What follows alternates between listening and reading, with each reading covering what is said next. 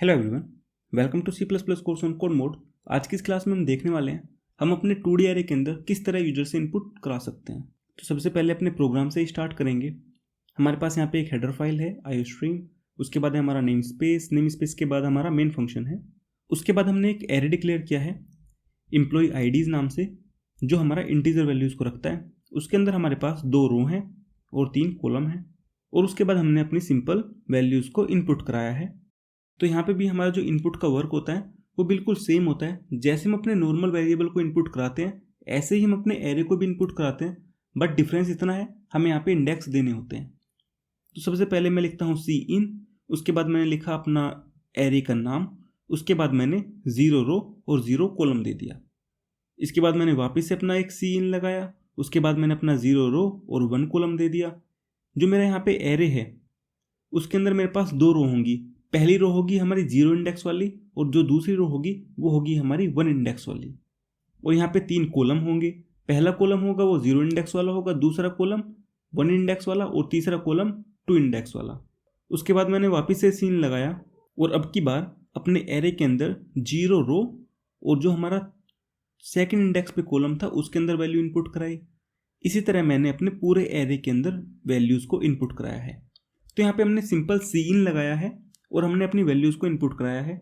उसके बाद हमने अपनी वैल्यूज़ को प्रिंट भी कराया है। अब ये प्रिंट वाला हम इटरेट कैसे करते हैं ये हमने इससे पहले वाली क्लास के अंदर भी देखा था, बट यहाँ पे जो मेन चीज़ है मैं आपको कंडीशन बता देता हूँ। क्योंकि हमारे यहाँ पे एरे के अंदर 2 रो थी और जो मेरी लास्ट रो थी वो 1 इंडेक्स पे थी, तो मैं यहाँ पे अपने एरे के अंदर 1 इंडेक्स तक जाऊँगा और मेरे यहाँ पे कॉलम थे वो 3 कॉलम थे, और जो मेरे कॉलम का लास्ट इंडेक्स था वो था 2। तो मैं यहाँ पे अपने जो कॉलम होगा उसके सेकंड इंडेक्स तक जाऊंगा, इसलिए मैंने यहाँ पे कंडीशन लगाई है j <= 2। और उसके बाद अपना सिंपल प्रिंट कराया है और इस तरह से हमने यहाँ पे अपना कोड पूरा का पूरा लिखा है। तो मैं ऐसा करता हूँ, इस कोड को एग्जीक्यूट कराने के लिए अपने कोड एडिटर पे जाता हूँ। इस कोड एडिटर का लिंक आपको डिस्क्रिप्शन के अंदर मिल जाएगा। अगर आप इस वीडियो को यूट्यूब पर देख रहे हैं, अगर आप इस वीडियो को कोड मोड की वेबसाइट पर देख रहे हैं तो आपको होम पेज पर जाना है, और अगर आप ऊपर देखोगे आपको यहाँ पे कोड एडिटर लिखा मिलेगा। तो इस तरह से आप अपने कोड एडिटर पे जा सकते हो। अभी के लिए मैं इस कोड को क्लियर कर देता हूँ जो हमने यहाँ पे पहले लिखा हुआ है। यहाँ से आप अपनी लैंग्वेज को सिलेक्ट कर सकते हो और मैं यहाँ पे अपने कोड को वापस से पेस्ट करा देता हूँ। अब अगर मैं इस कोड को रन कराता हूँ तो मेरे को यहाँ पे वैल्यूज़ को इनपुट करना स्टार्ट कर देना है। सबसे पहले मैं 3 इनपुट करता हूँ, मैं 4 इनपुट कर देता हूँ, मैं 9 इनपुट करता हूँ, 1 फिर 5 फिर 4, और इस तरह से मेरा जो पूरा का पूरा इनपुट का वर्क है वो यहाँ पे कंप्लीट हो चुका है। और उसके बाद मेरे को आउटपुट में मिला है 349154, जो मैंने पहले 3 कराई थी, फिर 49154। तो इस तरह से मेरे को यहाँ पे वैल्यू मिल चुकी है। तो जो हमारा 2D एरे है उसके अंदर 2 रो थी, तो मेरे पास ये 0 रो है, ये मेरी 1 रो है, और मेरे पास यहाँ पे 3 कॉलम थे, तो मेरे पास यहाँ पे 3 कॉलम भी दे रखे हैं। 3 1 मेरा 0 कॉलम है, 4 5 मेरा फर्स्ट कॉलम है, और 9 4 मेरा सेकेंड कॉलम है। तो इस तरह से मेरे को यहाँ पे इनपुट मिल रहा है। अब यहाँ पे तो मेरा जो एरे था वो बहुत छोटा था। अगर मैं यहाँ पे कर देता हूँ, मेरे पास 10 रो हैं और मेरे पास 30 कॉलम्स हैं, और मेरे को अब वैल्यू इनपुट करानी है, तो मैं इतनी सारी लाइन नहीं लिखूंगा। उसके लिए हम क्या करते हैं, अपनी फॉर लूप का उपयोग करते हैं। तो अब देखते हैं उसकी मदद से हम किस तरह अपनी वैल्यूज़ को इनपुट करा सकते हैं। तो जो हमारा सिंटैक्स है वो बिल्कुल सेम होने वाला है। जैसे हमने इटरेट किया था उसी तरह हम इटरेट करेंगे और उसके अंदर अपनी वैल्यूज़ को इनपुट करा देंगे। तो सिंपल है, हमारे पास यहाँ पे इंटीजर्स हैं। हमने एक इंटीजर डिक्लेयर किया है रो नाम से, एक इंटीजर डिक्लेयर किया है कॉलम्स नाम से, और उसके अंदर हमने अपनी 2 और 3 वैल्यू दे दी है। उसके बाद हमने अपना एरे डिक्लेयर किया है। अब इसके बाद अपनी फॉर लूप्स को देखते हैं उसके अंदर किस तरह काम हो रहा है। हमने आई को 0 पे इनिशियलाइज किया है, आई की वैल्यू लेस देन रोज होनी चाहिए। हमारे पास यहाँ पे जो रो के अंदर वैल्यू है वो है 2, तो आई की वैल्यू लेस देन 2 होनी चाहिए। अब ये जो मेरा आई लेस देन 2 है वो इसलिए होना चाहिए क्योंकि जो मेरे एरे के अंदर लास्ट रो होगी वो मेरी 1 होगी, तो मेरी जो आई की वैल्यू है वो हमेशा 2 से छोटी होनी चाहिए।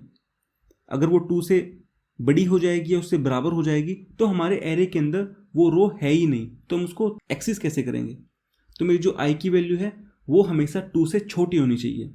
या फिर मेरे पास एक और ऑप्शन था, मैं यहाँ पे लिख सकता था I is less than is equals to 1, जैसे हमने यहाँ पे ऊपर भी लिखा है।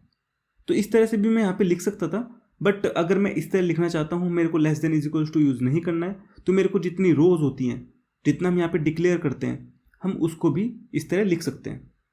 तो हमारे पास यहाँ पे दो तरीके हैं। अगर मेरे को less than is equals to लिखना है तो मेरे को वहाँ पे वो वैल्यू लिखनी है जितना मेरी रो का इंडेक्स होगा। बट अगर मेरे को सिंपल अपना लेस देन लिखना है तो मेरे को वहाँ पे वो वैल्यू देनी है जितनी मेरे पास नंबर ऑफ रोज होंगी। तो इस तरह से हम दोनों को यूज़ कर सकते हैं, दोनों की बात सेम ही होने वाली है। इसके बाद मैं क्या करता हूँ, वापस से एक फॉर लूप लगाता हूँ। मेरे कॉलम के लिए है ये, तो इसके अंदर भी हमने कंडीशनिंग इस तरह ही की है। जे की वैल्यू को लेस देन किया है कॉलम के, क्योंकि जो हमारे पास यहाँ पे कॉलम है वो 3 है और जो मेरे कॉलम का इंडेक्स जाएगा वो 2 तक जाएगा। तो जो मेरे कॉलम का इंडेक्स है वो हमेशा 3 से छोटा होना चाहिए। तो इस तरह से मैंने यहाँ पे भी कंडीशन दी है। उसके बाद मैंने एक सी आउट लगाया है, उसके अंदर लिखा है enter row is equals to I and column is equals to J. और उसके बाद मैंने यहाँ पे एक सीन लगाया है और अपने एरे का नाम दिया है। उसके बाद मैंने उसके अंदर अपनी रो आई और कॉलम जे दे दिया है।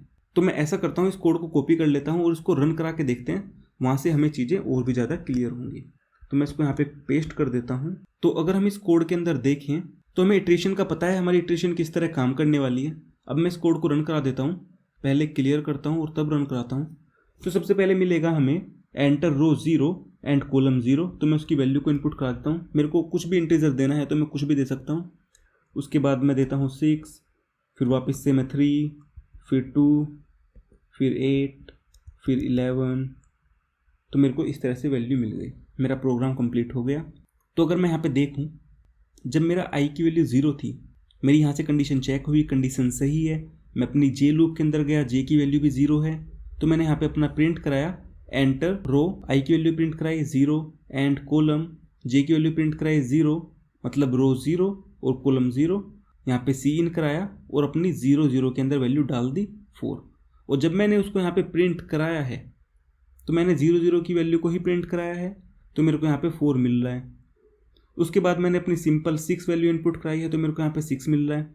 और उसके बाद हमने 3 वैल्यू इनपुट कराई है तो हमें यहाँ पे 3 मिल रहा है। तो इस तरह मेरा यहाँ पे कुछ काम चलेगा। हम इटरेशन बहुत बार देख चुके हैं, हमारे 2D एरे के अंदर इटरेशन किस तरह काम करती हैं। तो आई थिंक आपको समझ आ चुका होगा अब तक कि हमारी इटरेशन किस तरह यहाँ पे वर्क करेंगी। अगर आपको नहीं समझ में आया है तो आपको एक पेन पेपर लेना है और उस पर अपने इस कोड को चला के देखना है, लिखना है हमारे आई की वैल्यू क्या है, उसके बाद कंडीशन लिखनी है, कंडीशन सही है या गलत है। बट आई थिंक आपको अब तक काफ़ी चीज़ें समझ आ चुकी होंगी। इसके बाद आपके पास एक क्विज है जिसको आपको सोल्व करना है। अगर आप इस वीडियो को यूट्यूब पे देख रहे हैं तो आपको वीडियो को लाइक करना है, चैनल को सब्सक्राइब करना है। अगर आप इस कोर्स को देखना चाहते हो तो इस कोर्स का लिंक डिस्क्रिप्शन के अंदर अवेलेबल है, वहाँ से जाकर आप इस कोर्स को देख सकते हो। तो मिलते हैं अगली क्लास के अंदर, तब तक के लिए thank you and bye bye.